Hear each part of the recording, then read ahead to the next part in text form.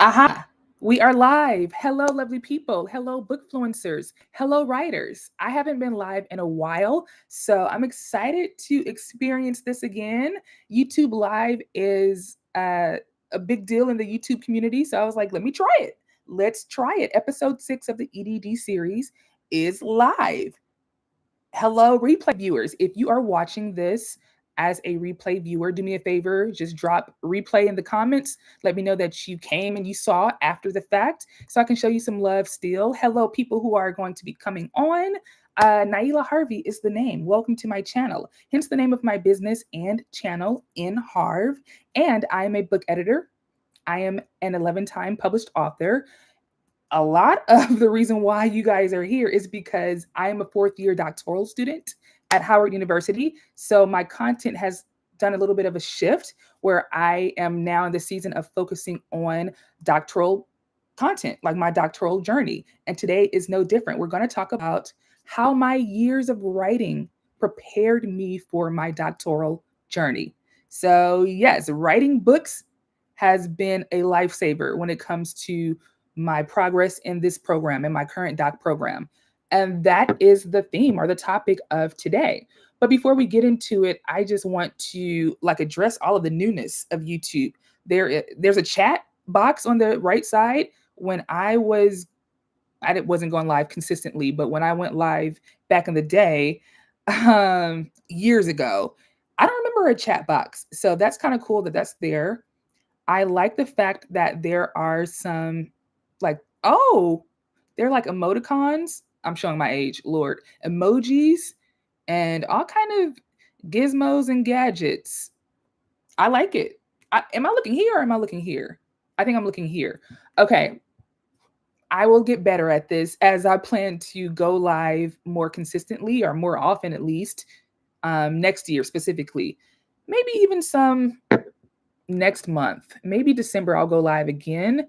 But I think this will become more common next year and I will find my flow. So let me just apologize now for kind of using this as a tester, but it's still going to be filled with content and filled with advice. So it's not fully a tester. It is just my first video, my first live video in a while. So it may be a little rough, but it's still going to be juicy. Let's get into it. How my years of writing prepared me for my doctoral journey. Well, first, let me say that I have always been writing. I've always been writing. I have always been a writer. My mom said that her earliest memory of me writing, watch me get this wrong. I want to say I was either 5 or younger than 5, but I was very young. I do know that I used to write notes to my parents when I was younger because my mom has kept some of the notes. I was always writing about how I felt that I was wronged. Like, I have a younger brother, and I would be like, my brother's name is Nehemiah. I call him Maya. I was like, well, Maya did this and Maya did that. And I feel like, always, always just writing my feelings and expressing myself through writing. That was my best and my most common, my most comfortable form of communication. And that has stayed with me. That has stayed with me until throughout rather undergrad, high school even. I had an excellent high school English teacher, which is one of the reasons why I decided to go down the path of English teaching. So I'm a former K-12 teacher in the subject of ELA. I say English teacher because I not only taught K-12 um, in America, but I also taught English, and they don't necessarily call it ELA. I taught English in South Korea.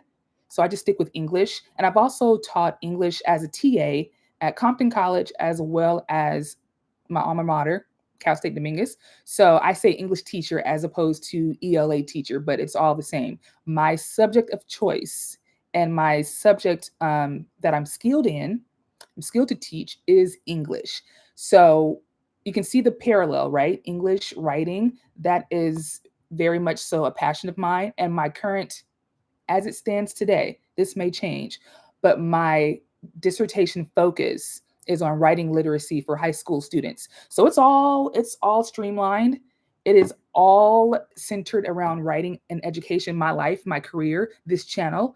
And this topic for today is the same. It's going to be centered around writing, education, and how it plays a part in my career and in my life.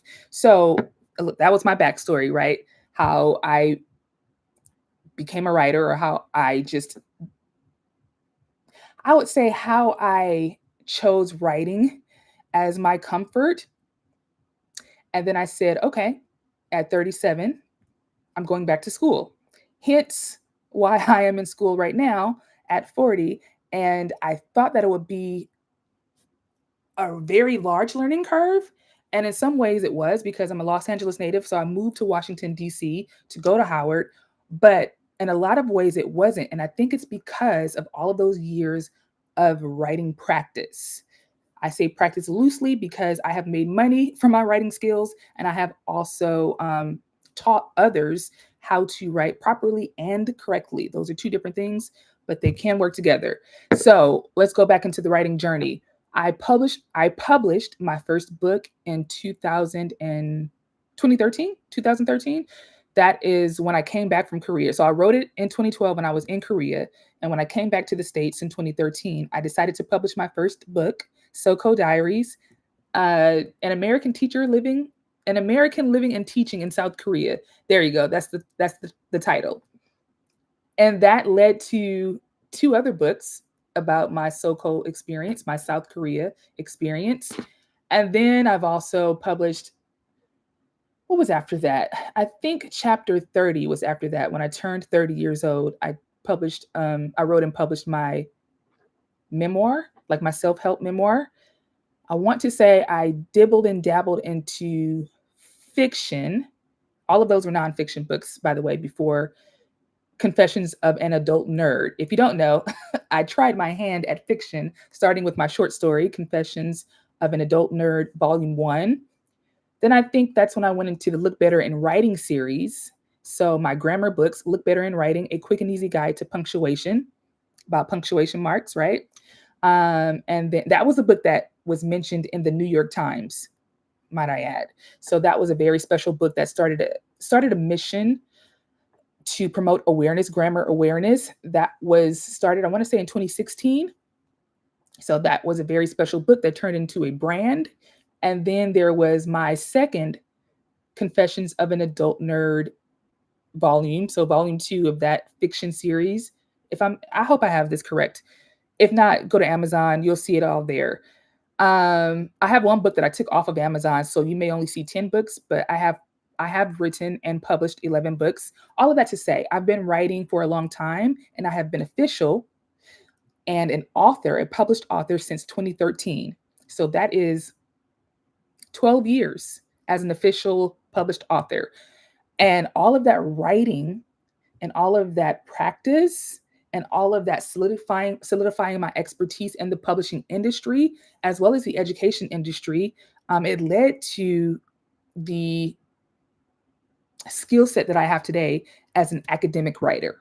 So let me share that by way of 3 tips, how my years of writing, they prepared me for my doctoral journey, and how I feel that they can prepare you. So firstly, let me say that a doc program, you're going to do a lot of writing. If you think you're going to get away from writing, at least in 2025, no. I know AI is here, but AI is not that strong to where it's removing lots of critical thinking. I mean, it's trying to, don't get me wrong. But in a doc program, you have to have that skill set as well as being able to position yourself in words. And that takes a lot of uh, practice with academic writing. So the skill set is still here and it's still needed. And I just appreciate the fact that when you're in a doc program, it helps you strengthen that skill set. So, number 1, my years of writing, especially, and I'm looking at my Substack newsletter because I'm getting this from my Substack newsletter. So if you would like to read it as opposed to watching the video, feel free to check it out. Check out this particular article on Substack. Number 1, my years of writing, especially education-based nonfiction books, they prepared me for this academic journey because it has helped me sharpen my critical thinking skills. Writing nonfiction books, specifically thought leadership books, self-help books, professional development books, like personal development books, those types of books, they require like thorough research. They require a lot of consolidating different ideas and ideals and pulling out like what's necessary and the link that ties in all of the theories. It requires a lot of critical thinking, you know? The critical analysis that comes from reading a lot of work and really pulling out your own ideas, that is a special skill set that I really started to gain from my nonfiction books that have led me into my academic writing. So let's say that you are not yet um, a published author and you feel like, okay, I don't have that skill set like you have. I don't have years of writing and years of being a published author. Well, I still think that a doc program is going to help you strengthen that skill because you're going to have to pull from different articles and different theorists and different educators and really form your own opinion. But it all comes from the critical analysis of reading other works. That is a skill set that a doc program can teach you like no other. So it does sharpen your critical thinking skills. And I realized that a lot of the consolidating findings from other authors and other theorists and other thought leaders, um, that taught me also how to consolidate my own work. And I'll talk about that in step 3, because what I have noticed and what you will notice in a doc program is that a lot of authors and thought leaders, they have frameworks, and their frameworks are a way that they consolidate their information into something that is a lot more digestible. But we'll get into that in part 3. Back to part 1, years of writing.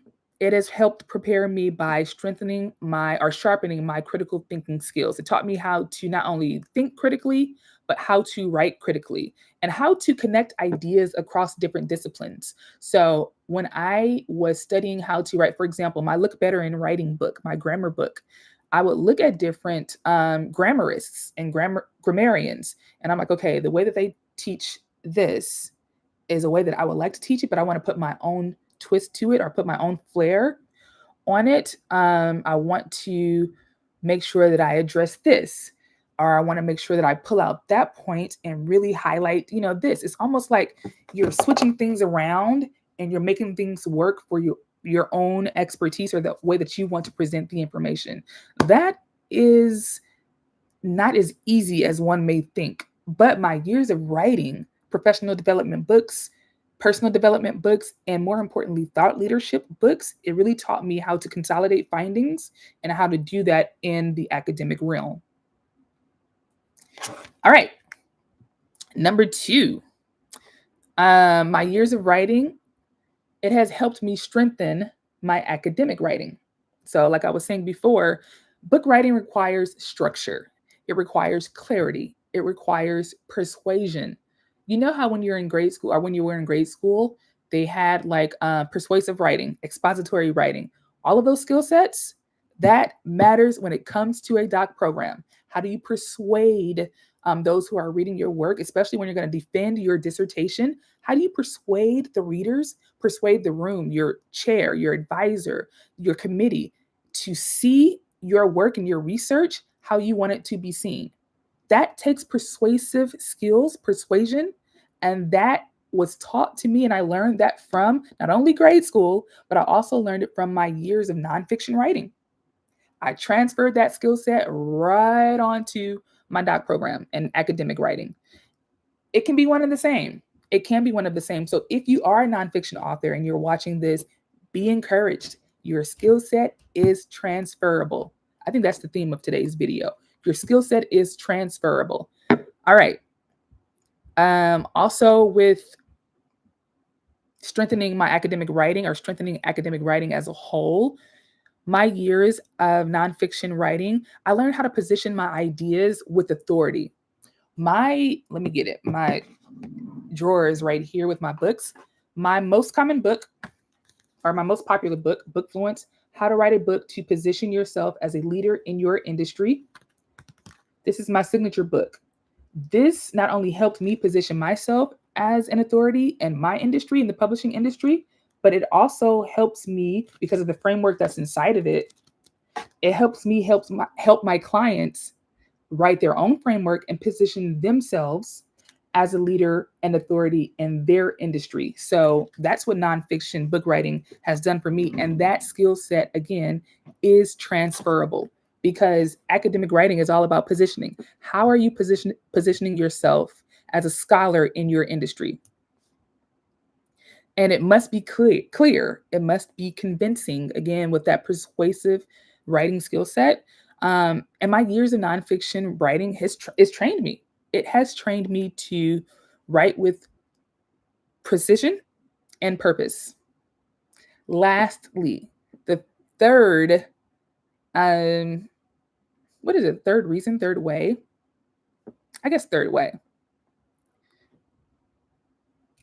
The third way that writing nonfiction books over the years have prepared me for academic writing is that it has revealed the value of frameworks. Guys, I am a framework girly.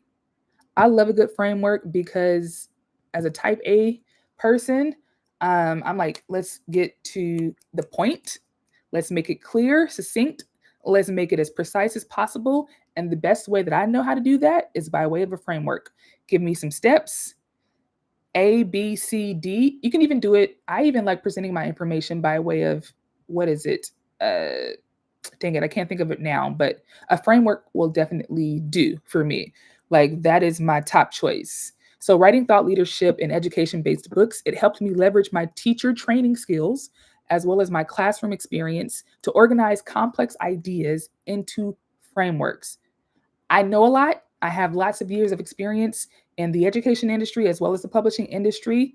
Um, I am one of those people where I've had a very, you know, I wouldn't say up and down, but a very diverse career. It is not a one linear path career. That's not me. So I've had some experience with a lot of jobs, with a lot of people, with a lot of industries. And all of that experience, it taught me how to kind of like find the through line through everything or with everything. For example, in this industry and that industry and another industry, I can see like, okay, what is the main theme of those industries? If I were looking at let me go to books. I think that's a great example. In Tiffany Alice's book, Get Good with Money, it's a financial book, right?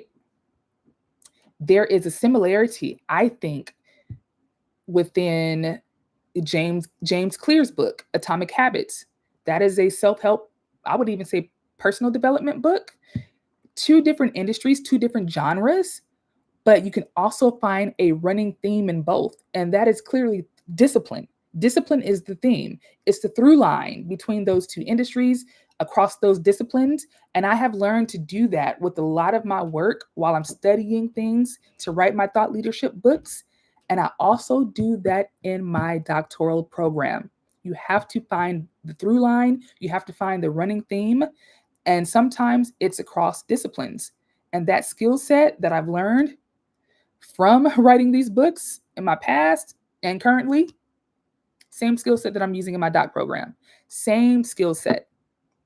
It's all a part of me building out frameworks, finding a way to present the information in a way that is digestible to others. In my head, I'm like, I'm pulling from this theorist, I'm pulling from this person, I'm pulling from this educator, I'm pulling from this author, I'm pulling from this publisher, what have you. But I don't want to present it in a haphazard way to my audience to where it's like they could see what's going on in my head. I want to present it as clearly as possible. And the way that I do that is by having a framework. Okay, frameworks bring focus and flow. They allow ideas to move from the abstract to the actionable.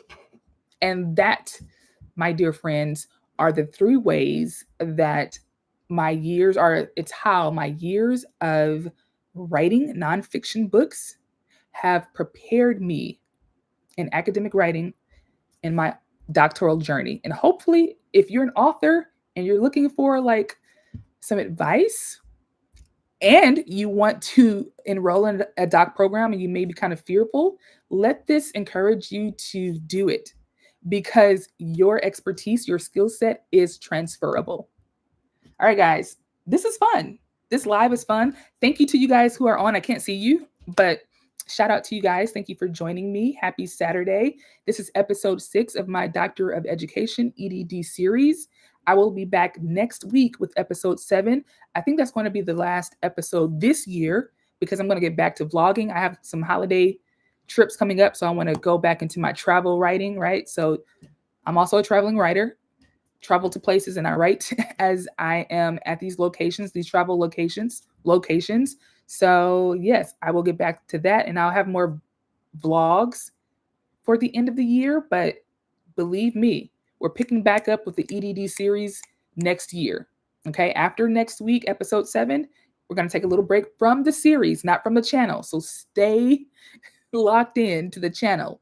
But I will be out of school. The semester will be over. So I'm going to be like you guys, either chilling with family or traveling. And I want to showcase that because as a doctoral student, it's important to have a balanced life. Guys, sometimes I just have to get up and go, switch my environment. Like I have to get out of my normal setting, clear my head so it can be fresh with presentable ideas, and then come back to this very, very intense work. And for me, that includes traveling. So it's all a part of my journey. It's all a part of the EDD journey. What is my hair doing? Okay, I think we're good. I hope you've enjoyed this video. It was a tester, but I think it was still good. I'm going to keep it up no matter what. I don't feel like it was my best, but I feel like I can only get better. All right, guys, catch you in the next video, and happy Saturday. Happy writing.